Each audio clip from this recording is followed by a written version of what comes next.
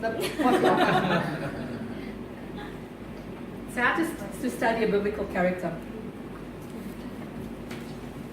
So who of you actually did the example of your biblical character? Who did? You guys? Okay. Okay. So from your notes, the notes actually tell you that there's 2,930 characters spoken about in the Bible. You know, when people are spoken about in the Bible, it's not just to fill up space or just so that we know their names. There's always a reason why God spoke about certain people in the Bible. And we have to find out, why did God speak about this person? And that's why we ask all these questions, all the questions that were in your notes. I'm not going to speak them all, but there was at least 10 questions that it said you could ask to find out about the character of a person. And none of them are there by mistake, but they're all there for a reason. And so we have to look. So it's like, when we read about a character, the things that we can look like, what can I learn about this person? Is everything good that we learn about certain people in the Bible? So we've got to look, what this person did, is it something that I should follow the example? Or what this person did, is it something that I should not follow the example? Because there's a lot of people that's spoken about in the Bible that you definitely do not want to follow the example. For example, King Saul.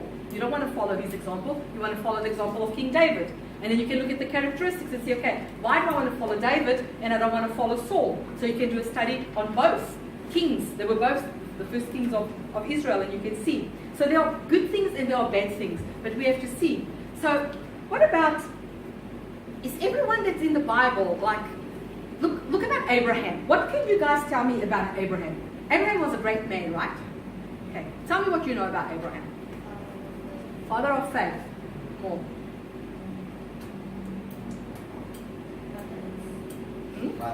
Father of? Ishmael. His first son was Ishmael, or his first legitimate son. Second son? Isaac. Who was his wife? Sarah. What more do you know about Abraham? Was he obedient to God? Yes. He was obedient to God. When God said, leave your land, he followed God. Give your son. What do you know that Abraham did that was not good? He didn't wait for the promise. What else?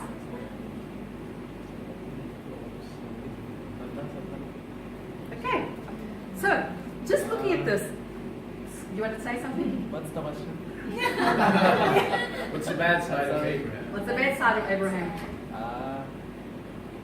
Listening to Sarah. Listen to Sarah. To Hagar.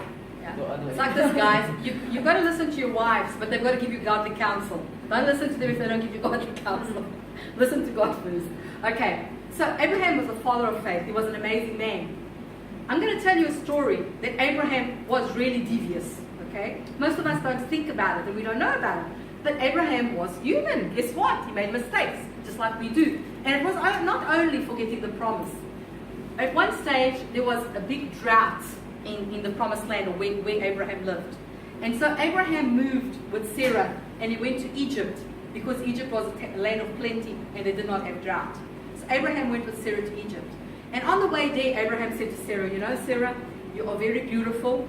And when you get there, they are going to think that they want you. And they are going to say, they want to kill me because they're going to want you. So please, you go and you tell Pharaoh that I am your brother, that you are my sister. And so that happened when they got to Egypt. Sarah was a beautiful woman. And straight away, the officials in Egypt went to tell Pharaoh that there was this beautiful woman. You know, in those times, the pharaohs and the kings, they had like 500 wives and I don't know how many, whatever. So straight away, the Pharaoh was interested and he brought Sarah into his harem to become part of his household. What happened when she became part of Pharaoh's household? Things started going wrong. Things started going wrong. And Pharaoh had to think, what is happening? What curse did I bring into the land that things are going wrong? And finally he found out that Sarah was not Abraham's sister, like he said, was not only Abraham's sister, but it was Abraham's wife. And so Pharaoh actually said to him, and because when Sarah was there, Pharaoh was giving him sheep and he was making Abraham become rich. So when he found out, he said, take your wife and take your belongings and go out. How could you do this to me? And so in that part, actually Pharaoh had more integrity than Abraham. Because he didn't touch his wife, he said, take your wife, and he still let him have all the goods. He could have punished him, he didn't, and let them go. So look, Yah was an amazing man, the father of faith, and yet in that character, he lied. Actually, he didn't lie. He gave a half-truth. Because Sarah was his half-sister. Because in those days, the law of not being able to marry family was not yet in place. That law of not being able to marry your sister or your brother only came into place under Moses. So before, in Abraham's time, you could still marry your sister. So Sarah was Abraham's half-sister. So he didn't lie totally, but intentionally. And what is the reason? Why did the law come into practice that you can't marry your brother or your sister? Genetically, it brings a lot of diseases because genetically you will have the same weaknesses, and that's why. But initially, when the earth was first created, there was no genetic weaknesses. It was still strong. So it didn't matter if they intermarried with brother and sister. Whereas nowadays, even cousins sometimes is dangerous because there's a lot of genetic weaknesses. So sometimes it brings deficiency into the embryo, depending. Okay, and you know something? Abraham did not do this just once, he did that twice. He did this with another king called Amalek or something. So he did that, the same thing twice, and the same thing happened. So if I was his wife, I would not be very proud of him. And there's another thing. When the same type of drought happened in the land, when it was Isaac was Abraham's son, when the same thing happened, Isaac believed in God and he didn't go to Egypt. He stayed and he said, God, you're going to bless me even through the drought. And every time he planted one seed, that gave 100 crop. So it just shows you, if at that time Abraham had stood on the word of God instead of going into Egypt and not doing what God did not tell him to do, he would have still got the promise of God. So that's a great example for us. When we will always be blessed in the place that God places us. So when we are when we are in the place that God rightfully has for us at this moment, that's where we will be blessed. So, but this is a great example for us because, you know, we see this great father of faith, but he had a journey. He didn't start off as the great father of faith. He was a man that also did his mistakes, that also had to grow. But then when he ended his life, he ran the race well, and he knew who he believed in. He was a great father of faith. So this brings us hope as well. It's like, okay, Lord, I can learn that, yes, if I live a life of going from glory to glory, day by day, challenging my character, I can grow into what you called me to be. So we see these as great examples. Okay. So, just quickly. So this is studying the character. You've got all the questions that you have to ask your character. They're all on your notes, so I'm not going to go over the questions. Who did a character study? Just a few minutes, everyone. First person to come and tell me. Come on. Come up. I'll try. Just tell us the little things that you discovered that you did not know about. Should I go?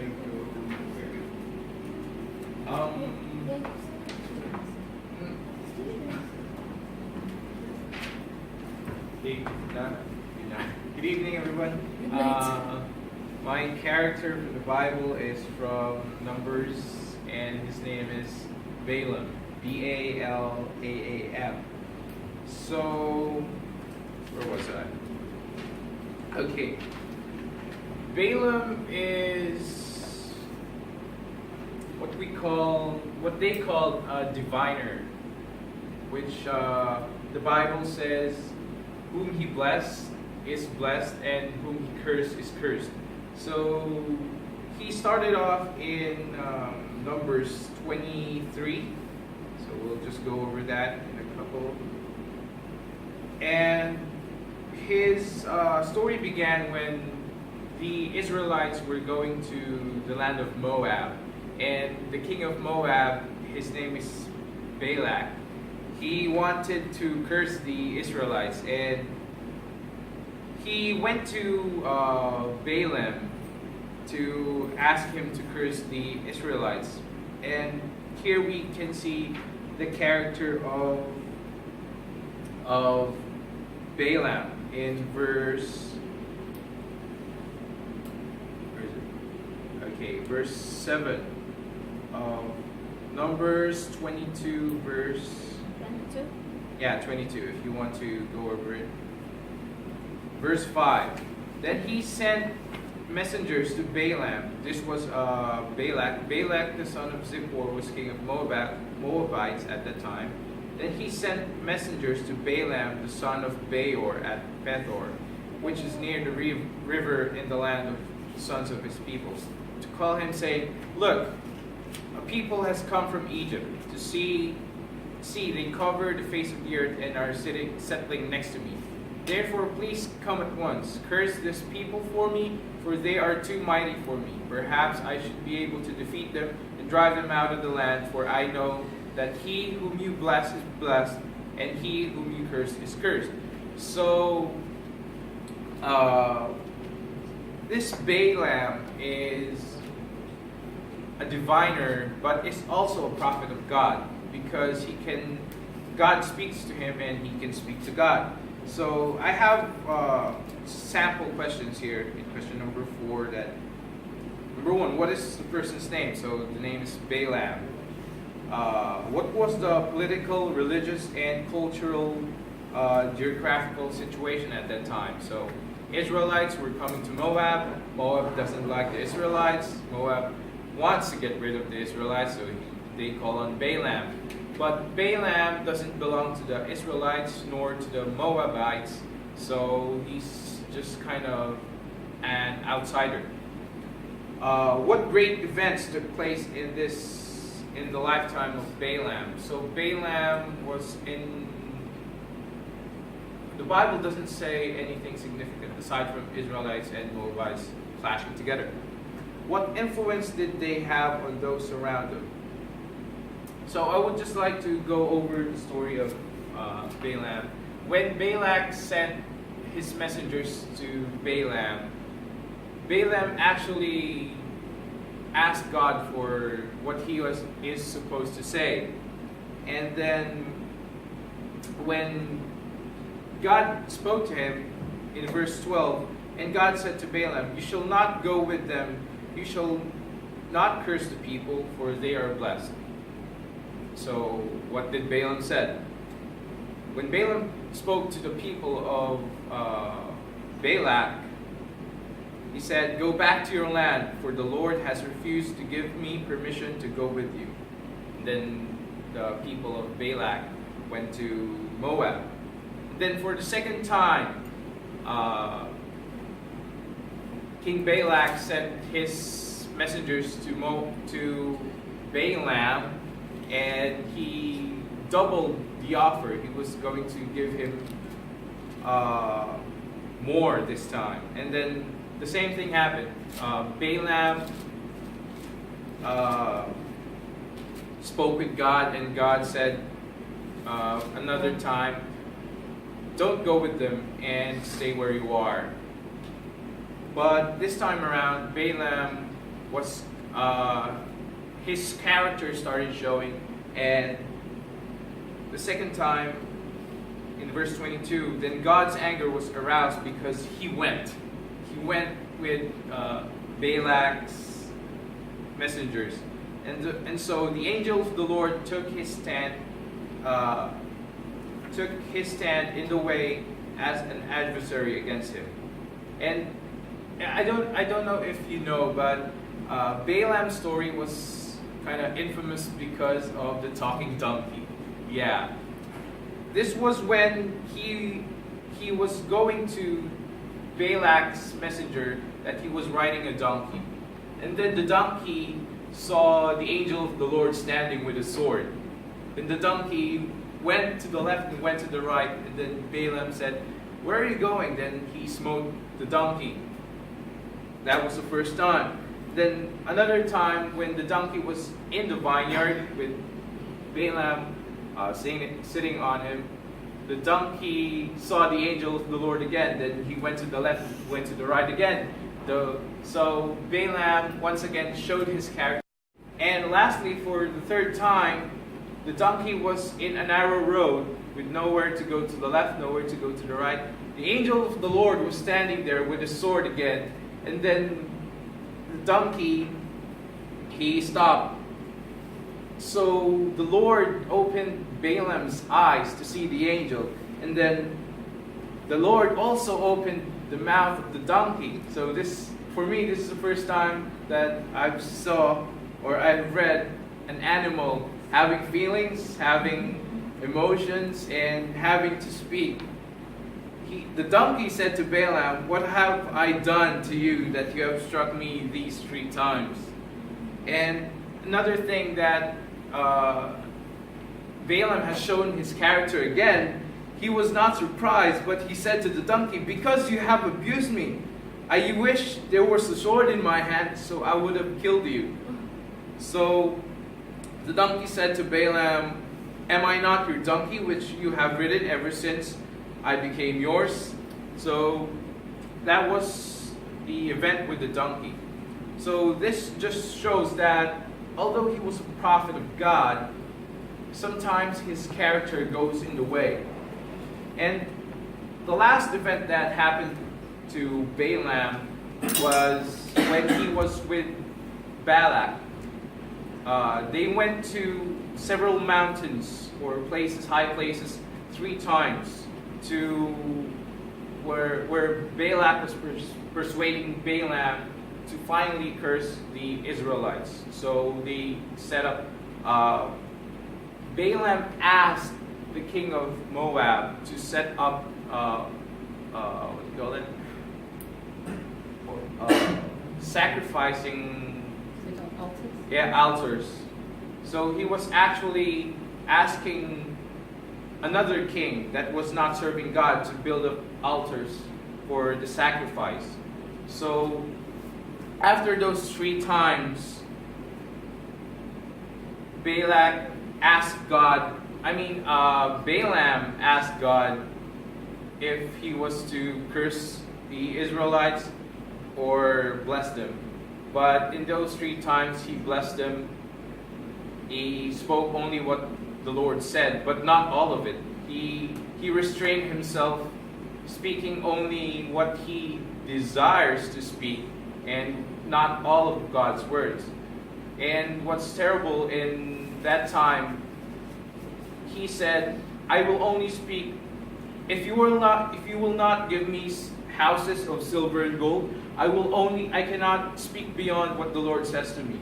So this tells us that Balaam, although he was a prophet of God, his heart is inclined to the riches. Because if you will not give me all this silver and gold, only the word of the Lord I will speak. So this was inclining that his character is inclined to silver and gold, not to the glory of God. So that's the character of Balaam as far as I have researched, and thank you very much. Well done. You did a very good research. So who's learned something new about Balaam that you didn't know? Good. Okay, somebody else. Next. Just tell us things that you didn't know about that. Come on. Well, Did you guys, no one do your homework? I'm very disappointed in you. Come on. Yay! Yeah. You don't have to go into a lot of details. You just tell us like the things that really stood out to you that you didn't know about the person. So if you didn't know, we probably also don't know. I like this guy. Good evening, everyone. Good evening. Okay. My character is Nathaniel. Nathaniel. Yes. I have read this last month, and I don't know who it is. And I just remember him. So I searched. Nathaniel is a Hebrew name, which means in Greek, Theodore, meaning the gift of God. And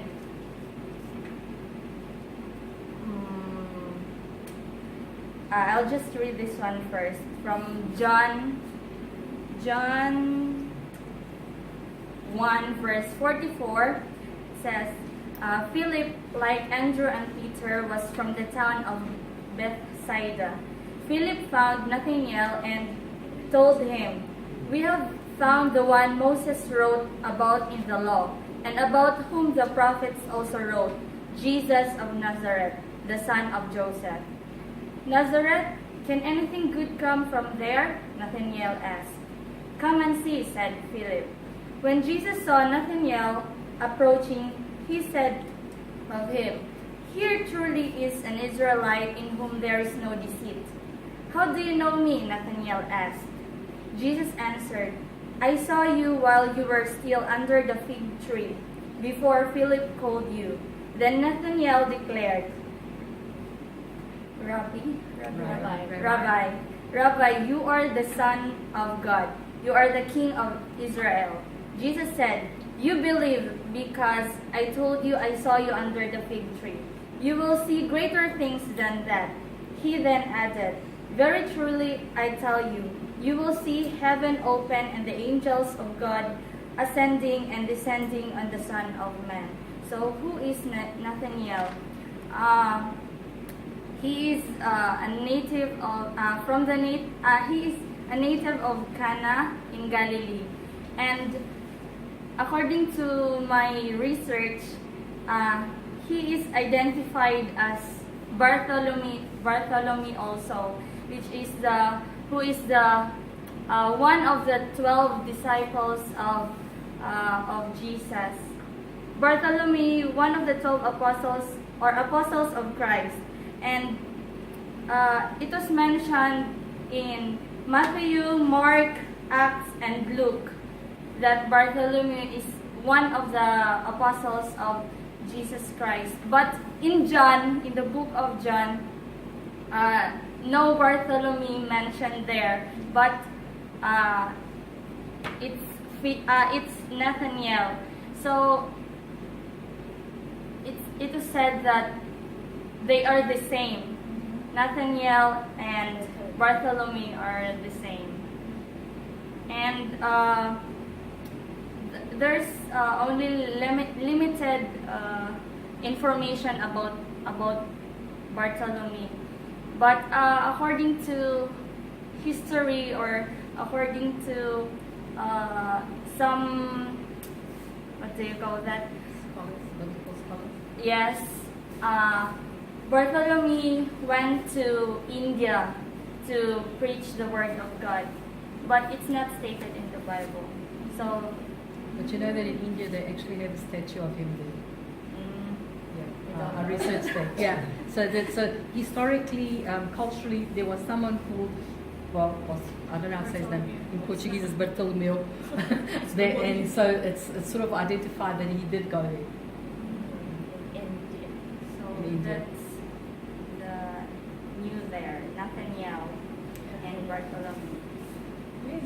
Thank you very much. Okay, next. Come on. Next.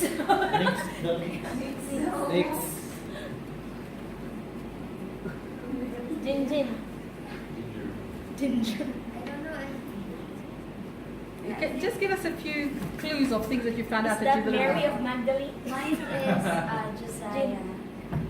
I chose Josiah maybe because most of us here, maybe most of us here only know him as the youngest king, or one of the youngest king. And I've chosen Josiah as my character because I want to know more about him. And so I did my research. I don't know if my research is enough. So this is what I have.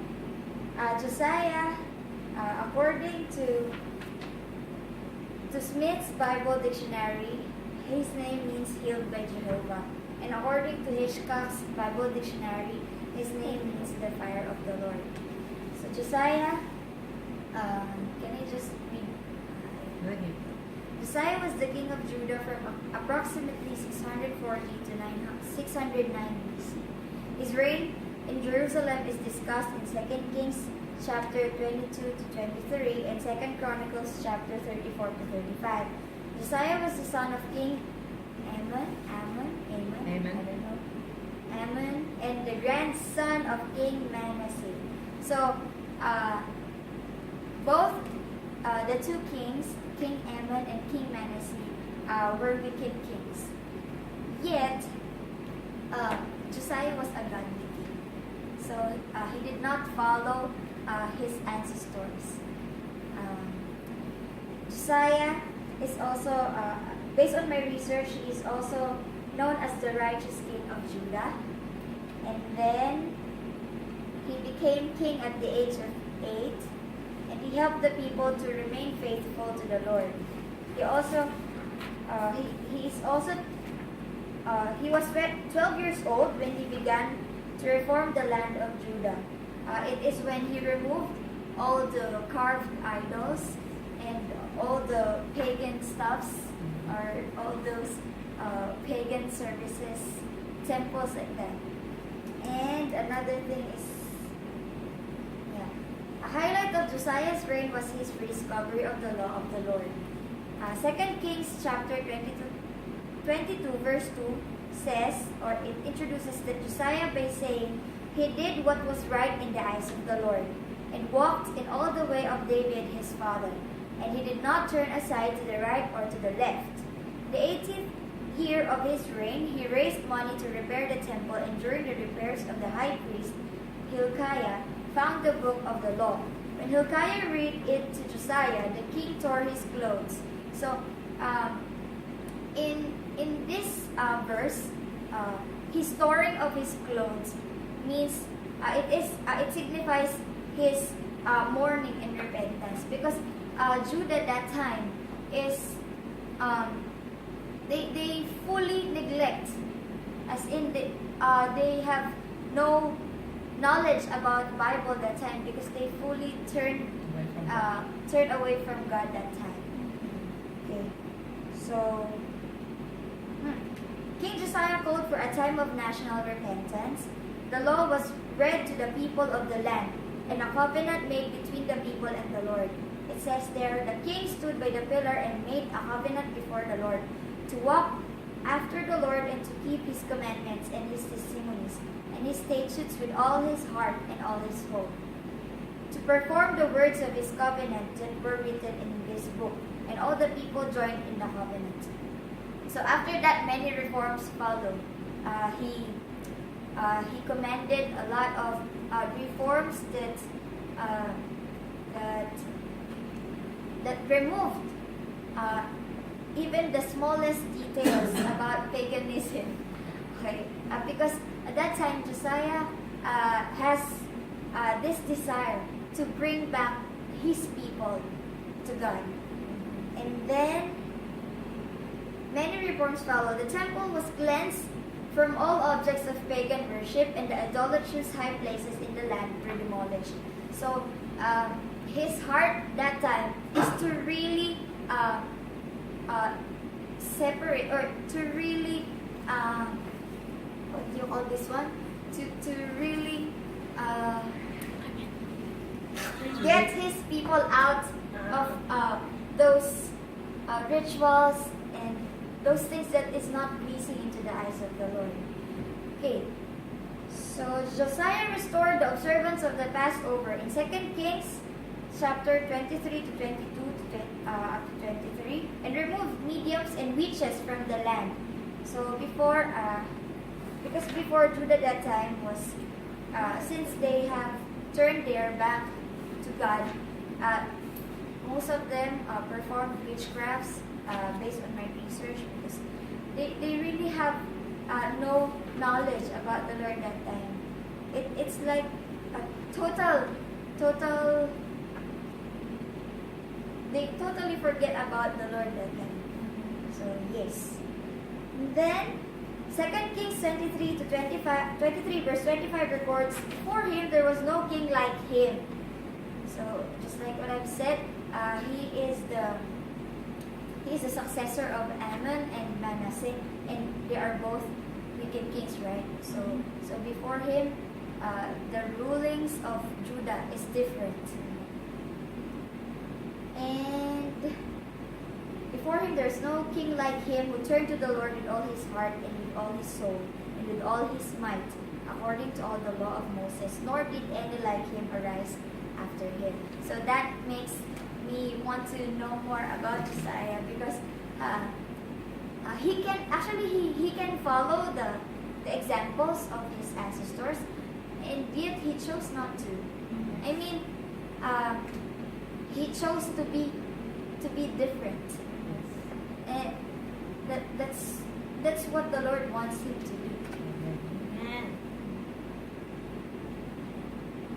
God's wrath would later come upon Judah due to the evil King Manasseh had done in 2 Kings chapter 23 to 25. But the judgment was delayed because of Josiah's godly life and leadership. So, see, he even saved his people from God's wrath because of his heart to obey the Lord. Josiah died in battle against the Egyptian Pharaoh Necho at Megiddo. King Josiah was buried in Jerusalem in his own tomb, and his son Jehoash took the role of king. So much can be learned from Josiah's life that is positive. So I have 3 points here. Those things that I've learned about the life of Josiah. First is Josiah shows the influence a person can have from a very young age. Imagine if I were Josiah, I don't know what to do because I have no idea of ruling a lot of people or ruling a country. When I was 8, I believe I was still playing that time. But yes, so I don't think I can do that one. And then, even children have enormous potential to live for God and to have great impact. Second, Josiah lived a life fully committed and obedient to God and was blessed for it. Third, Josiah properly responded to God's word. By the time he became king, the scriptures had long been neglected, and Josiah's heart was smitten by the failure of his people to honor God's word. Josiah had scripture read to the people and made a commitment to live by it. So I will end in this verse from 2 Kings chapter 22 verse 19. It says here, because your heart was responsive and you humbled yourself before the Lord, when you heard what I have spoken, I also have heard, declares the Lord. Amen. Very good. What verse is that? 2 Kings chapter 22 verse 19. Okay, one more person.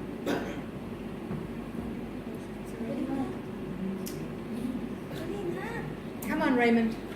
Come on. Amen.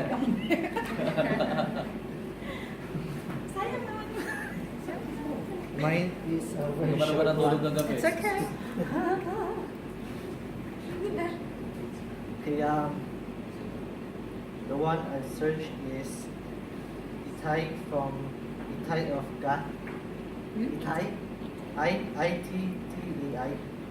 I-D-D-A-I. Did I pronounce that right? Ittai. I-D-D-A-I. Ittai in our Filipino, it's father. Ittai. So, my character, this one happened from the time of King David when his son Absalom had a rebellion.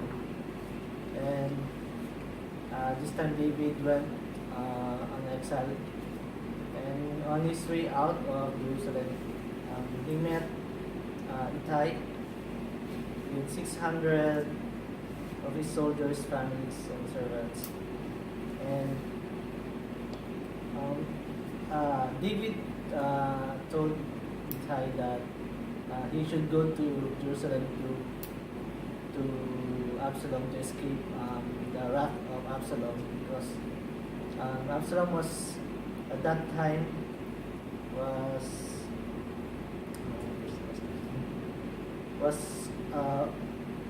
to overthrow the reign of his father David. So David said to Ittai, why should you come along with us? This one, Ittai wanted to go to with David. And so David asked Ittai, why should you come along with us? He asked, go back and stay with King Absalom. You are a foreigner and exiled from your homeland. You came only yesterday, and today shall I make you wander about with us, when I do not know where I am going? go back and take your countrymen with kindness and faithfulness will lead you. So Ittai came from Gath, and he was also exiled from Gath. So Gath is, according to my research, one of the 5 royal cities of the Philistines. And the exact location in modern Israel has not been determined. So I also searched why he was exiled too. So he was one theory is he was exiled because he has a deep affection or admiration to David, and he was also one theory also he was a son of the king of Gath, and he was exiled by the king because he had a deep admiration to David.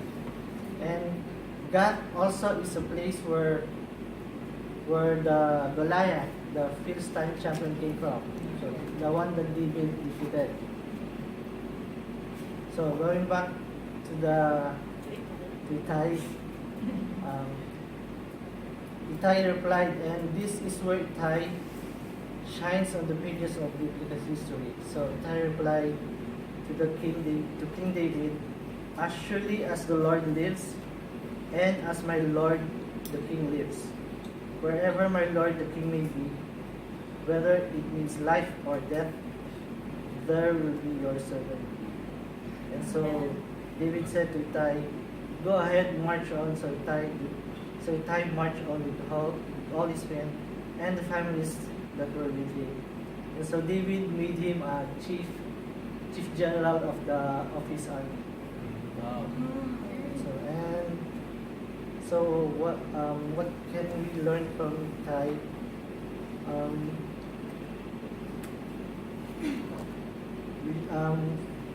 For me, we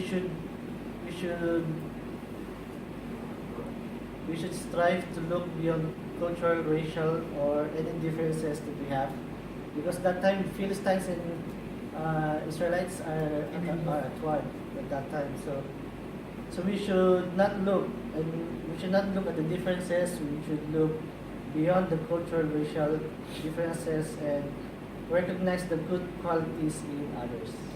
Very good.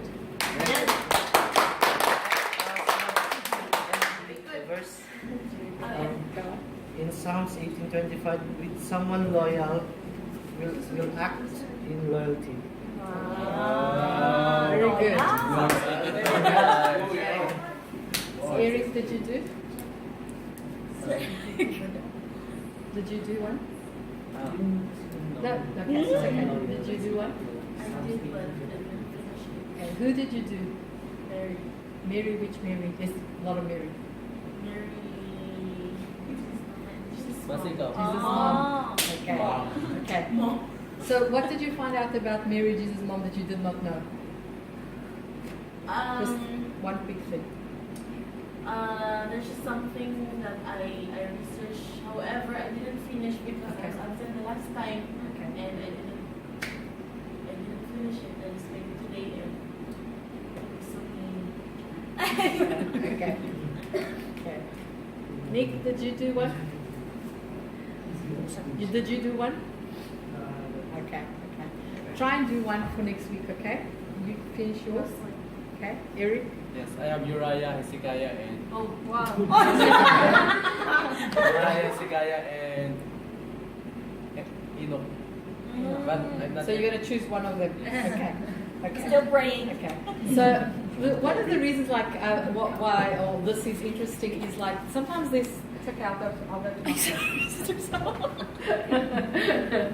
is sometimes we think we know a lot about a person, and then when we find out these little details that are really interesting that we did not know anything about.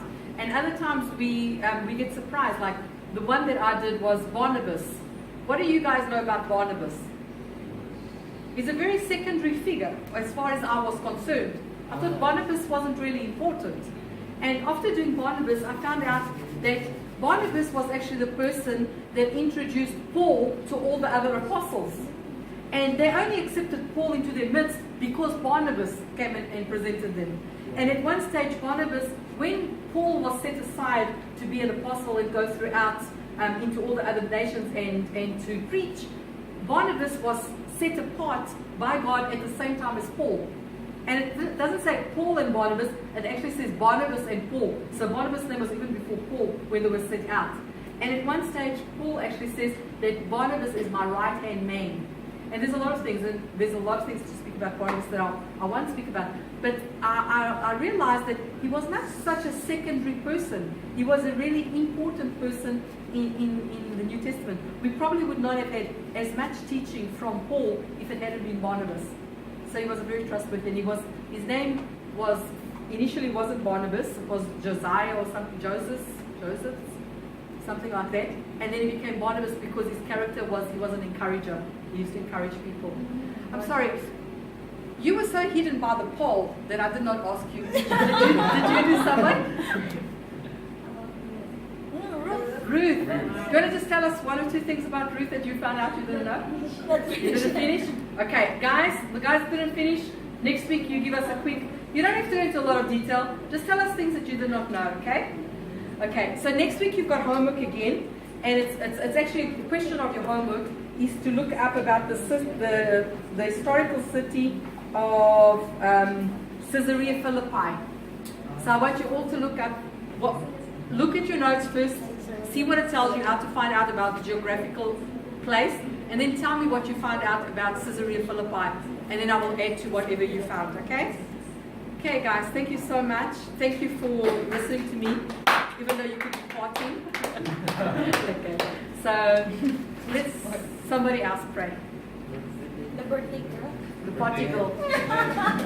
Sister, the party starts at 12. 12. Pray, Lord, let's pray. Thank you, Lord, for giving us a supernatural strength, Lord Jesus. We thank you for the information, the knowledge, Lord, and thank you, Lord, for this wonderful privilege and opportunity. Lord, thank you. May you protect us as we depart from this place and for the angels to protect us, Lord. Yes.